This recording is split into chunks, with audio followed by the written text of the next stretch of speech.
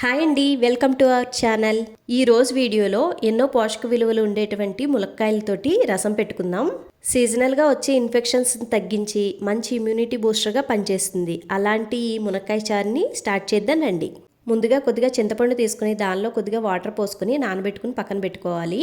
అలాగే టీ గ్లాస్లో సగం పెసరపప్పు వేసుకొని 10 నిమిషాల పాటు నానబెట్టుకుని పక్కన పెట్టుకోండి. ఇప్పుడు లేతగా ఉండే 2 ములక్కాయలను తీసుకొని వాటిల్ని చిన్న చిన్న ముక్కలుగా కట్ చేసుకోవాలి. ములక్కాడలతోటి ఎన్నో రకాల వంటకాలు చేస్తూ ఉంటాము. అలాగే ఈ మునక్కాడ చారు కూడా ఒకసారి ట్రై చేయండి, చాలా టేస్టీగా ఉంటుంది. ఇదిగోండి, ఇలా చిన్న చిన్న ముక్కలుగా కట్ చేసుకుని పెట్టుకోవాలి. ఇప్పుడు ఈ ముక్కలన్నిటిని కూడా ఒకసారి నీళ్ళలో వాష్ చేసేసుకుని కుక్కర్లో వేసుకోవాలి. దీనితో పాటుగా 2 బాగా పండిన టమాటాలని ముక్కలుగా కట్ చేసుకుని వేసుకోవాలి. అలాగే మనం ముందుగా నానబెట్టుకున్న పెసరపప్పుని 2-3 సార్లు శుభ్రంగా కడిగేసుకుని ఆ పప్పును కూడా ఈ కుక్కర్లో వేసుకోవాలి. ఇప్పుడు ఆ ముక్కల్లో కొద్దిగా పసుపు, అలాగే 1 గ్లాసు వాటర్ కూడా పోసుకోవాలి.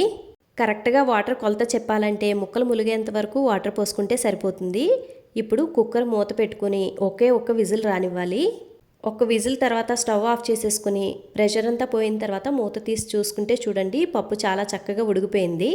ఆ ఉడికించిన ముక్కల్లోంచి కొన్ని ములక్కాడ ముక్కల్ని తీసుకుని పక్కన పెట్టుకోండి. పప్పులో ఉన్న వాటర్ని కూడా సెపరేట్ చేసుకుని ఒక గిన్నెలోకి తీసుకుని పక్కన పెట్టుకోండి. మిగిలిన ములక్కాడలు, పప్పు, టమాటో అన్నీ కూడా మిక్సీ జార్లోకి ట్రాన్స్ఫర్ చేసుకుని వీటిని మెత్తగా గ్రైండ్ చేసుకోండి.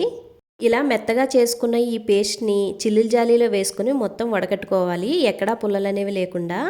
ఇలా వడకెట్టుకోవడం వల్ల ములక్కాడలో ఉండే పీచు సెపరేట్ అయిపోతుంది. ఇదిగోండి, వీడియోలో నేను చూపిస్తున్నట్లుగా ఇలా చూస్తే లాస్ట్కి మనకి పిప్పి మిగులుతుంది. ఈ పిప్పిని తీసేసి పక్కన పెట్టేసుకోండి. మనం ముందుగా ఉడకపెట్టుకున్న కుక్కర్లోనే ఈ పేస్ట్ని అంతటినీ అందులో వేసుకోవాలి. అలాగే నానబెట్టుకున్న చింతపండులోంచి పులుసు తీసుకుని వేసుకోవాలి. ఈ రసంలో చింతపండు పులుసు లేకపోయినా చాలా బాగుంటుంది, మీరు అలా కూడా ట్రై చేసుకోవచ్చు.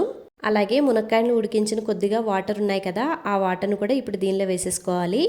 ఈ రసంలో 1 స్పూన్ మిరియాల పొడి, 1 స్పూను రసం పౌడరు, అలాగే 1/2 స్పూను కారం, కొద్దిగా పసుపు వేసి అన్నిటినీ బాగా కలుపుకోవాలి. ఇక్కడ మీకు రసం కొంచెం చిక్కగా అనిపిస్తే కొద్దిగా వాటర్ కూడా యాడ్ చేసుకోవచ్చు. ఇప్పుడు రసం అంతా బాగా కలిసేలాగా కలుపుకోండి. ఇప్పుడు దీనిలో మీ రుచికి సరిపడా ఉప్పు, అలాగే కొద్దిగా బెల్లం వేస్తున్నాను. బెల్లం కంప్లీట్గా ఆప్షనల్ అండి, మీకు నచ్చితే వేసుకోవచ్చు, లేకపోతే లేదు.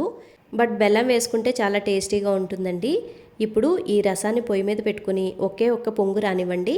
ఇలా 1 పొంగు వచ్చిన తర్వాత మనం ఉడకబెట్టుకున్న ములక్కాడ ముక్కలను కొన్ని పక్కకు తీసి పెట్టుకున్నాం కదా, ఆ ముక్కల్ని ఈ మసిలే చారులో వేసుకోవాలి. ఇదే టైంలో రసంలో ఉప్పు సరిపోయిందో లేదో చెక్ చేసుకోండి. ఇప్పుడు ఈ రసాన్ని దింపేసి పక్కన పెట్టేసుకోండి.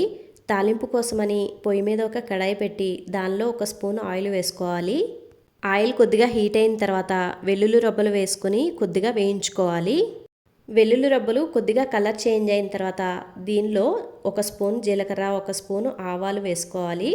అలాగే 3-4 ఎండుమిరపకాయలు, అలాగే కొద్దిగా కరివేపాకు, మీకు నచ్చితే ఇంగువ వేసుకోండి. టేస్ట్ అయితే చాలా బాగుంటుంది. ఇప్పుడు వీటన్నిటిని లైట్గా కలర్ వచ్చేంత వరకు వేయించుకోండి.